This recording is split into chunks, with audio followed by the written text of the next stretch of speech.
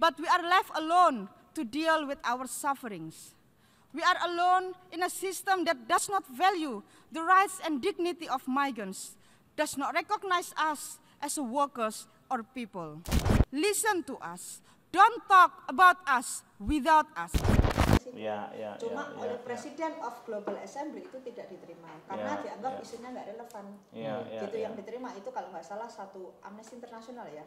Nah tahun 2016 baru ada itu tadi KTT Konferensi Tingkat Tinggi untuk migran dan pengungsi.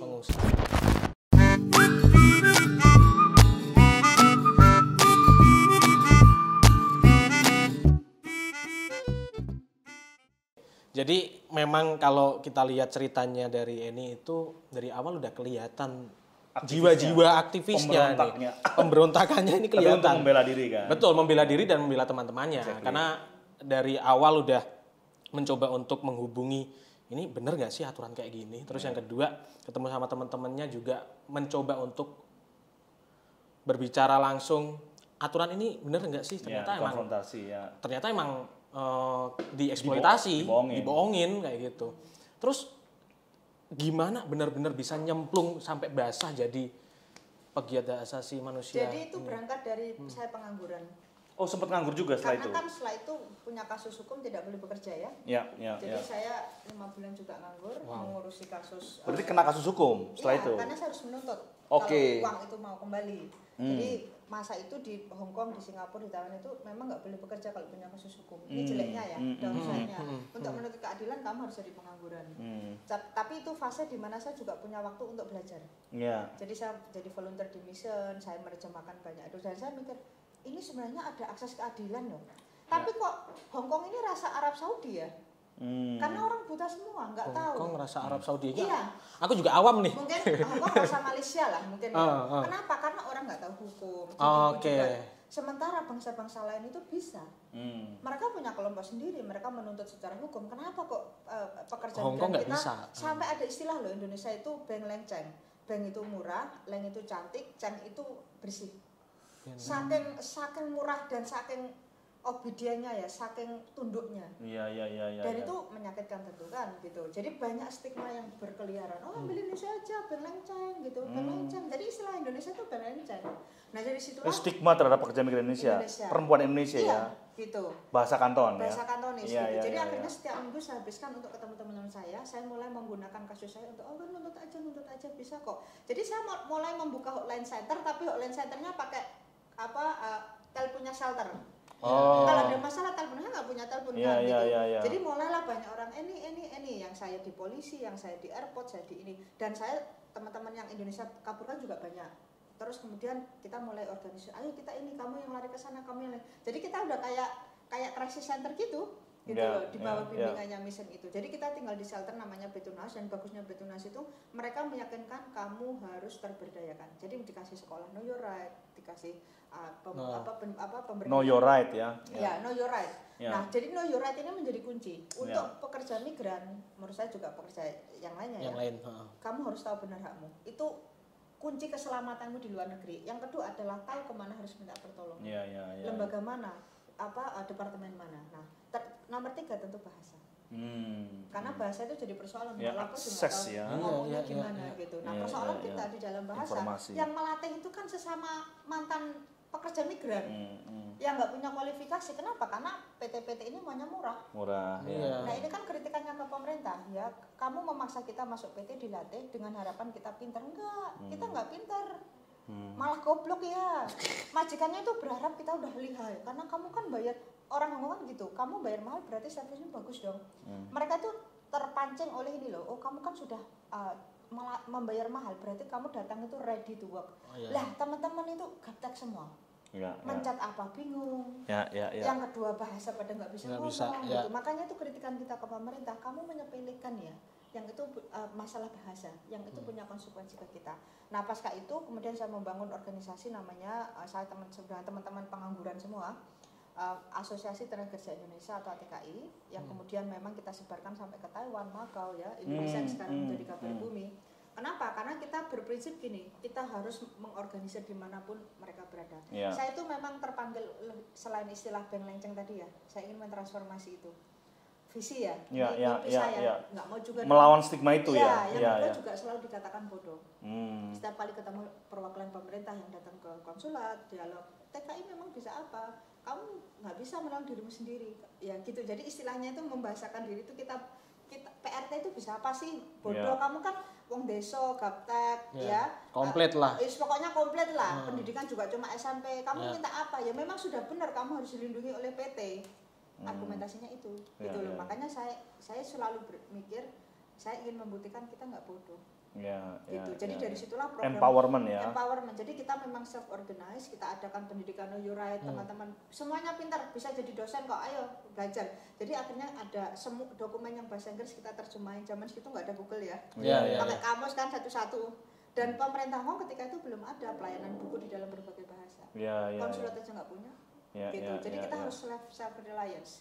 Nah dari situlah mulai kita berkembang ke arah advokasi. Kita mulai ada penelitian, kita mulai ada riset sama dialog sama konsulat, kita mulai ada preskon dan sebagainya. Jadi itu naturally berkembang.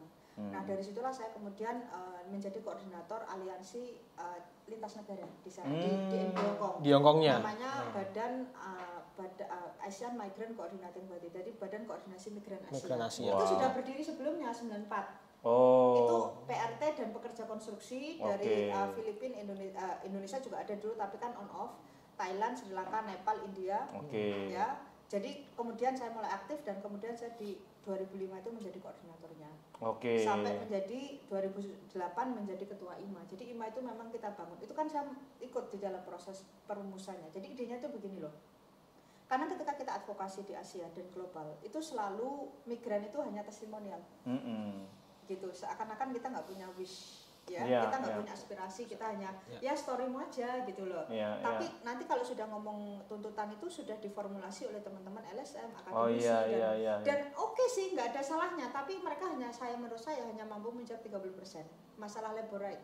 Tapi mereka nggak ngomong masalah imigrasi, kepolisian, yang di Malaysia itu, yang di detention center, kan yang di pelecehan seksual, masalah struktural, masalah biaya penempatan bukan isu loh ketika itu.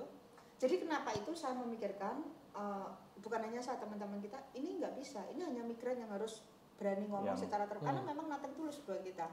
Mau tawar sama pemerintah ya sudahlah, ya nggak. Kamu mau utang apa? Funding nggak ada kok, kita nggak ada fundingnya. Tapi kalau teman-teman akademis kan protokol universitas, kalau LSM kan tentu fundingnya kan, makanya dari situlah kita merumuskan kita harus menyusun sebuah aliansi global yang itu memang grassroots led, dipimpin oleh migran itu sendiri, difungsikan untuk kepentingan migran itu sendiri. Nah 2008 disahkan, nah saya di situ dinobatkan sebagai ketua, dipilih sebagai ketua sampai sekarang.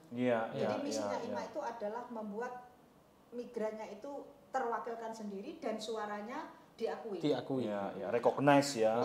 Makanya tugas kita ketika itu adalah berbicara dengan semakin banyak kelompok CSO, mau perempuan, mau pemuda, mau NGO, mau interfaith, mau semuanya lah. Pokoknya kamu harus ngerti siapa kita. Migran itu bukan orangnya nggak bisa kamu ajak ngomong lah gitu loh. Jadi kenapa itu di awal-awal itu kesibukan kita itu ikut konferensi regional, nasional, memang tujuan kita membangun relasi kan.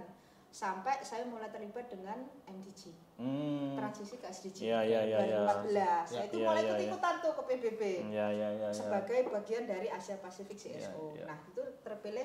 Sebenarnya saya pernah masuk di dalam nominasi untuk opening di SDG-nya 2015. Karena itu kan public selection. Dan ada 11 orang yang dipilih dan nama saya masuk ke situ. Cuma oleh President of Global Assembly itu tidak diterima karena dianggap isunya nggak relevan. Yang diterima itu kalau nggak salah satu Amnesty International ya. Nah tahun 2016 baru ada itu tadi KTT, Konferensi Tingkat Tinggi untuk migran dan pengungsi. Nah mungkin karena saya punya track record aktif di PBB mulai 2013, 14, 15, jadi mereka punya confident. Oh ini anak tahulah ya, maksudnya lu tahulah lu mau. Kan ini pertama kalinya sebuah KTT itu memanggil non-international NGO. Karena di dalam sebuah KTT atau pertemuan global PBB itu selalu ekspor yang disebut ekspor itu berarti international NGO. NGO, ya. Jadi pertama kalinya mereka gambling memanggil grassroots refugee and grassroots migrant. Aku ingat kok kita ketemu di Malaysia 2015. Waktu itu sama teman-teman APWLD. Yes, di Asia Forum kan? Di Asia Forum, Asia People Forum 2015 kena chair ASEAN. Jadi setelah itu kemudian kamu tampil di sidang umum PBB pembukaan ya, yang akhirnya kemudian sekarang kita punya 2 global compact ya. Benar. Satu untuk migrasi, which is pekerja migran. Yang kedua itu untuk refugee atau pengungsi. Dan waktu itu sidangnya dibuka salah satunya ketika Eni ngomong di depan seluruh peserta sidang dan membawa suara pekerja migran. Bisa diceritain singkat nggak soal ini? Iya, jadi saya seleksi dari 400 orang. Oh, itu diseleksi juga? Oh iya. Oke. Bagusnya di era itu adalah di era SDG, MDG, SDG sampai KTT itu adalah public selection.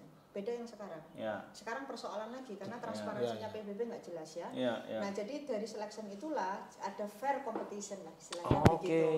Ini siapa kandidat nih? Dasarmu memilih itu apa? Nah, di dalam kompetensinya apa? Di dalam seleksi PBB sendiri menciptakan namanya selection committee. Yang itu berbagai CSO dari berbagai benua diambil. Nah, itu kan berarti fair kan gitu loh. Nah, dari situlah waktu saya pidato itu saya cuma kasih tahu, kamu hanya pidato 3 menit ya. Ini very difficult, spot ini sangat susah diperjuangkan, dan karena saya kenal orang PBB yang dulunya ngurus SDG sekarang ngurus ini, dia bagian relasi LSM-nya ya, atau PR lah ya, PR-nya. NGO. Bilang gitu, ini akan big meeting, dan karena saya beberapa kali ngomong di PBB rata-rata kan dengan 200 orang, mungkin beberapa perwakilan pemerintah, saya nggak mikir itu besar. Saya mikirnya paling segitu-gitu aja. Nyatanya? Ya, terus dia bilang, dia spesial, kamu harus aku briefing dulu. Nggak bisa kamu nggak tak briefing. Dia bilang, ngotot banget sih orang ini. Akhirnya aku di Indonesia ketika itu, oke, briefing. Oke, kamu harus tahu, pertama, ini akan dihadiri paling tidak 2.000 orang. Semua perwakilan negara di dunia, hampir 200 negara akan hadir. Yang hadir itu bukan orang sepele, tapi minimum presiden, vice presiden, wakil ataupun kementerian. Ya. Yang ketiga, begitu ini acara yang akan menjadi sorotan dunia. Jadi kamu harus memikirkan pesan apa yang ingin kamu sampaikan. Segitunya. Dan dia bilang, setelah itu hidupmu akan berbeda. Really? Aku bilang, oke, fine. Paling ya pidato gitu-gitu aja. Nah, perumusan 3 menit pidato itu memang panjang. Saya butuh sekitar sebulan. Jadi saya draft, kemudian saya lempar ke beberapa jaringan ya, dan juga anggotanya IMA, kamu mau nggak ini seperti ini. Jadi ada masukan yang mulai dari Latin Amerika masih masukan, bla bla bla, trafficking masuk gitu-gitu. Oke, sudah ya. Terus saya terakhir saya latihan lagi sama teman-teman IMA yang ada di New York juga. Kalian sudah puas dengan isi pidato ini? Sudah. Oke, go, kita masuk. Nah, yang pesan utama yang ditangkap sampai detik ini memang nothing about migrants without migrants. Kenapa? Karena memang itu yang ingin saya katakan. Saya pribadi tuh banyak kebijakan migran tidak melibatkan migran. Di Indonesia sendiri, mereka melibatkan CSO nasional itu tidak salah, tapi ingat migran ada di negara lain. Dan dengan adanya Zoom, kamu nggak punya alasan dong. Nggak bilang enggak. Kamu nggak perlu kok bayari kita ke Jakarta hanya untuk ketemu. Kalau bisa bayar setahun sekali, kita makasih juga, gitu kan. Sekaligus pulang. Ya, jadi nothing about migrants without migrants itu menjadi kata kunci yang sampai sekarang itu diingat.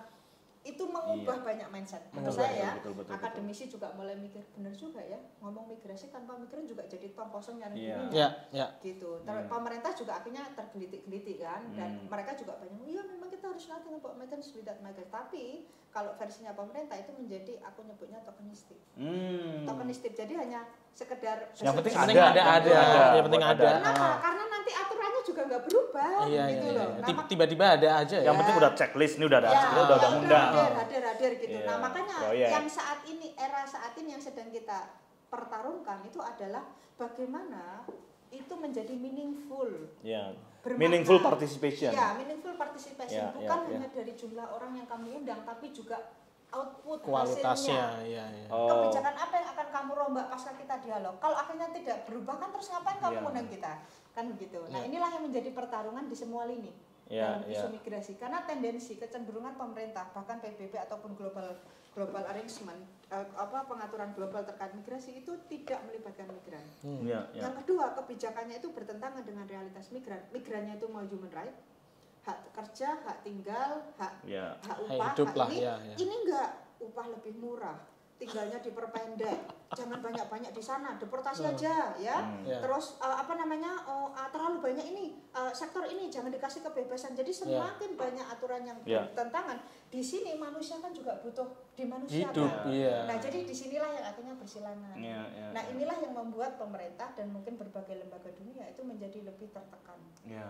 Gitu. Tapi itu bagus kan kalau mereka tertekan. Jadi dari situ kamu bilang mengubah hidup kamu. Dari sejak pidato 2016 itu mengubah hidupnya ini, tapi juga tadi aku dapetin satu hal lain yaitu fokus perjuangannya nggak cuma sekedar representasi, tapi juga representasi yang meaningful.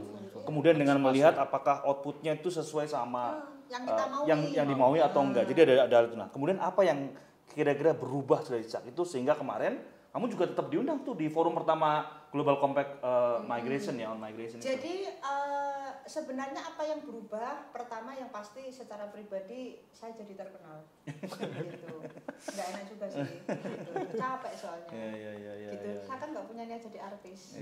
Jadi saya cuma maunya jadi pejuang migran atau pejuang HAM migran gitu. Kok tiba-tiba jadi begini gitu. Yang kedua juga profil saya tidak lagi mewakili Indonesia saja, jadi mewakili lebih luas ya.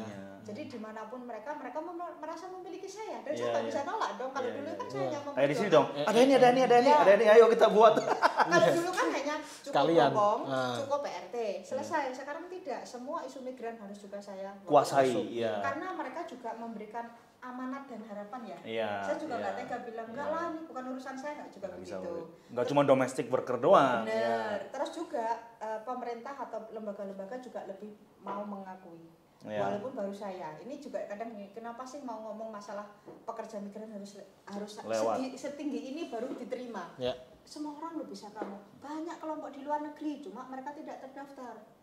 Dan kalau kamu undang mereka Zoom aja pasti berbondong-bondong. Jadi menurut saya itu menjadi sebuah hipokrit tersendiri kalau seseorang untuk berbicara selevel pemerintah itu harus setinggi ini gitu loh. Cara pikirnya kayak gitu. Siapa yang bisa begitu? Angel ya. Kan kalau saya mikirnya ini kayak undian berhadiah aja saya dapatnya ini kan gitu loh. Nah, jadi dari situlah itu salah satu, tapi aspek lain yang memang berubah memang saya akui harus jauh lebih matang untuk menyiapkan diri terkait tantangan. Karena migrasi ini sesuatu yang berubah begini ya. Selalu kayak gelombang. Gitu. Jadi nggak stagnan, nggak mandek. Makanya yang saya juga refleksikan, persoalan dengan gerakan migran dimanapun itu lokalistik. Padahal isu migran itu global. Cross border minimal cross border, tapi juga regional lokal dan internasional lokal. Tapi yang lokal ini nggak mudeng kalau ada tonggaknya. Kan yang apa namanya horizontal atau vertikal ini. Nah, kenapa? Karena memang sederhana. Sekali kamu jadi PRT di Hongkong seumur hidup kamu di situ. Informasinya nggak ada, pengetahuannya juga segitu. Makanya panggilan buat saya memang tugas saya ngasih tahu. Saya bisa kemana-mana, tapi kan saya harus membawa pesan balik. Kamu kalau di sana ini biar tersampaikan. Termasuk bahkan advokasi teman-teman LSM. Sangat lokalistik. Di tengah semua desain migrasi itu sudah didesain di global. Internasional, Tidak ada migrasi itu didesain di lokal. Itu hanya konsekuensi dari global. Makanya kalau ingin paham studi migrasi, mengapa kok pemerintah mengirimkan orang yang berpendidikan lebih tinggi dibanding era-era zaman saya karena itu skema global. Kenapa sektor ini yang dibuka, sektor itu ditutup? Itu skema global. At least kepentingan nasional. Benar. Nasional punya kepentingan, tapi dia nggak bisa ekspor orang tanpa ada kesepakatan global. Ada kayak semacam market global yang global market. Gitu. Aku sebenarnya juga tadi tertariknya ketika Eni ngomong ada perubahan ke diri Eni, tapi mungkin sebagian jemaah hamburger juga ada yang belum paham aturan-aturan, terus kayak bisa dikatakan oknum juga yang nakal tadi itu udah beres belum? Pemerintah Indonesia khususnya itu melakukan banyak reformasi. Dulu kotor sekali lah ya. Maksudnya pengiriman TKI itu kotor sekali. Nah, sekarang banyak reformasi departemen, jalur ke luar negeri. Sejauh ini memang bisa dikatakan lebih bersih, tapi tidak berarti bersih sekali ya. Tapi yang saya lihat itu trennya jadi begini, melegalisasikan eksploitasi. Misalnya begini, dulu orang berangkat itu biayanya ya udahlah PT yang menanggung, kamu TKI sendiri yang akan membayar. Sekarang kita disuruh utang dulu di depan untuk membayar semua ini secara legal, dan di luar mungkin juga masih potongan. Itu yang terjadi di Taiwan. Di sini bayar, di sana bayar. Sampai sekarang. Gitu. Nah, artinya banyak transformasi itu tidak bergeser secara esensi, tapi dia hanya melegalisasikan yang dulu ada, sehingga dulu ilegal sekarang nggak legal. Dulu ilegal sekarang legal. Nah, kalau legal kesempatan kita itu jauh lebih berat kan? Lebih susah ya kan? Harus Gimana diatur ya. waktu balik? Lah secara hukum memang lu harus bayar. Nah, inilah menjadi pertarungan baru di kita. Nah, untuk PRT sampai sekarang kan undang-undang lokal aja nggak ada. Berpuluh-puluh berapa tahun tuh? Lebih dari 15 tahun kan advokasi undang-undang PRT. Sementara 70% pekerja migran itu PRT. Jadi jangan nyalakan pemerintah lain kalau nggak menghormati PRT Indonesia. Kenapa? Pemerintah nggak punya undang-undang PRT. Nggak punya dasar. Sederhana kan? Itu kan jadi pesan moral. Dasar, gitu. Makanya itu salah satu hal yang memang diperjuangkan tanggal 16 Juni itu menjadi the day, hari di mana semua PRT itu harus bersatu untuk maju bersama, mau lokal mau migran. Itu sih salah satu pesannya. Tapi memang pemerintah sekarang semakin canggih di dalam membuat struktur-struktur, tapi yang harus kita ukur itu adalah benarkah kesejahteraan pekerja migran sudah berubah. Ini sebenarnya menjadi fokus penelitian. Karena yang dilakukan pemerintah itu masuk di dalam kategori management of migration. Jadi manajemen aja, kayak pasar itu loh di manage, tapi nggak mengubah apapun di bawahnya. Di bawahnya, iya. Nah, betul. problem dari kita adalah kita yang di bawah ini. Nah, yang di Gimana bawah ini nggak ngaturnya, berubah lah. Kamu manage tambah aturan, tambah ini, tambah prosedur, tambah ini, tapi nasib kita juga nggak bergeser. Nggak berubah, malah tambah parah. Gaji tetap rendah, biaya tetap ada, penahanan dokumen juga tetap ada, ya kan? Terus hak kita tinggal juga nggak pernah diperjuangkan. Sementara di tengah COVID seperti ini, kita ini kayak hidup dan mati aja tiap hari. Bisa di PHK, dipulangkan, dan nggak bisa kembali lagi. Nah, ini menjadi PR yang besar ke pemerintah. Tapi salah satu yang saya lihat di Indonesia, mungkin negara lain, bargaining political will dan bargaining power mereka terlalu lemah. Sangat takut. Lu kan sekarang sudah worldwide recognized, udah jadi aktor internasional untuk isu pekerja migran. Apa yang pengen Eni lakukan? Mimpi apa yang mau Eni wujudkan dari peran Eni yang juga tentu membawa, terkenal tapi punya tanggung jawab juga kan, terkenal doang juga kan, ya nggak mungkin lah. Artinya pasti ada semakin tenar semakin tanggung jawabnya berat. Apa yang mau coba, visi apa yang coba Eni mau perjuangkan? Kalau saya sih melihatnya begini, pertama kita tidak bisa menjamin akan ada perubahan struktural. Itu hal yang sangat susah. Kemiskinan masih ada, perang juga masih ada, pelanggaran HAM juga ada, itu akan eksis. Kenapa? Karena memang ini kepentingan. Gitu. Migrasi itu bukan krisis ekonomi loh, itu krisis politik. Betul, sepakat itu. Itu krisis politik. Krisis perspektif politik ya. Masing-masing negara itu sudah gagal menyelesaikan internalnya, sehingga mengimpor migran asing atau mengekspor migran, ya kan? Sama aja. Iya kan, sama aja. Esensinya mereka krisis politik juga. Nah, jadi posisi kita ini si malakama gitu. Di sini juga nggak hidup, di sini juga eksploitasi. Nah, sekarang gimana kita akan visi saya melihat bagaimana ke depan bentuk pertarungannya? Gimana hak asasi migrannya ini akan terrealisasi? Tidak ada kecuali membuka ruang seluas-luasnya untuk kelompok-kelompok migran semakin banyak eksis. Karena biarkan mereka bertarung sendiri. Sesuai dengan tuntutan, harapan, dan cara mereka bertarung. Jadi kelompok-kelompok lain, kayak saya sendiri di internasional, buka ruang seluas-luasnya. Dulu saya datang ke PBB sering sendiri. Kemarin kita bawa 12 orang. Improvement kan, perbaikan. Nanti next lagi. Jadi semakin banyak orang grassroots terlibat dengan global itu bagus. Karena mereka jadi mikir, benar juga ya, gaji saya nggak naik-naik, ternyata di dunia ini yang dibahas. Nah, itu memberikan amunisi, motivasi, sehingga mereka teredukasi juga. Nah, itu sih saya lihatnya sebagai misi. Kenapa itu saya memang mengajak berbagai lembaga, baik itu lembaga sosial, lembaga pemberdayaan, lembaga penelitian, silakan melakukan apapun. Titik terakhir adalah tolong konsultasikan dengan stakeholder atau migran yang mereka butuh apa. Mungkin hari ini mereka baru butuh shelter, ya sudah, cari banyak alibi menyerangkan mengapa shelter penting. Nanti kalau sudah shelter kan upgrade tuh, kita sekarang butuh pekerjaan, riset kan terkait apa yang mendukung ini. Oh, nanti butuh hak asasi manusia diakui, hak bekerja, riset. Jadi kita nggak bisa lompat. Nah, ini banyak advokasi itu terjadi, melompat. Udah langsung ya, ngomong tiba-tiba minta langsung perbaikan jaminan hukumnya. Sementara kesadarannya belum ada, yang support nggak ada. Akhirnya penelitian semacam itu dipakai pemerintah untuk pingpong aja. Pemerintah, kamu udah mereformasi, tapi nggak ada implementasinya. Buruh migran juga nggak tahu apa yang dirubah. Sebenarnya apa yang dirubah? Ya tadi kosong-kosong aja. Kosong-kosongan. Terus titik terakhir, saya punya hak apa kalau menuntut? Saya bisa nggak menuntut? Indonesia sampai sekarang persoalannya apa? Akses keadilan. Nuntut PT harus di Indonesia, orangnya di luar negeri. Kalau nuntut harus lewat BNP 2 TKI, kita di luar negeri. Ya kan? Akhirnya kan enak di PT, enak di pemerintah Indonesia, sementara kita yang di luar ketipu 30 juta, 50 juta, 100 juta. Istilahnya itu wallahi alam lah akhirnya.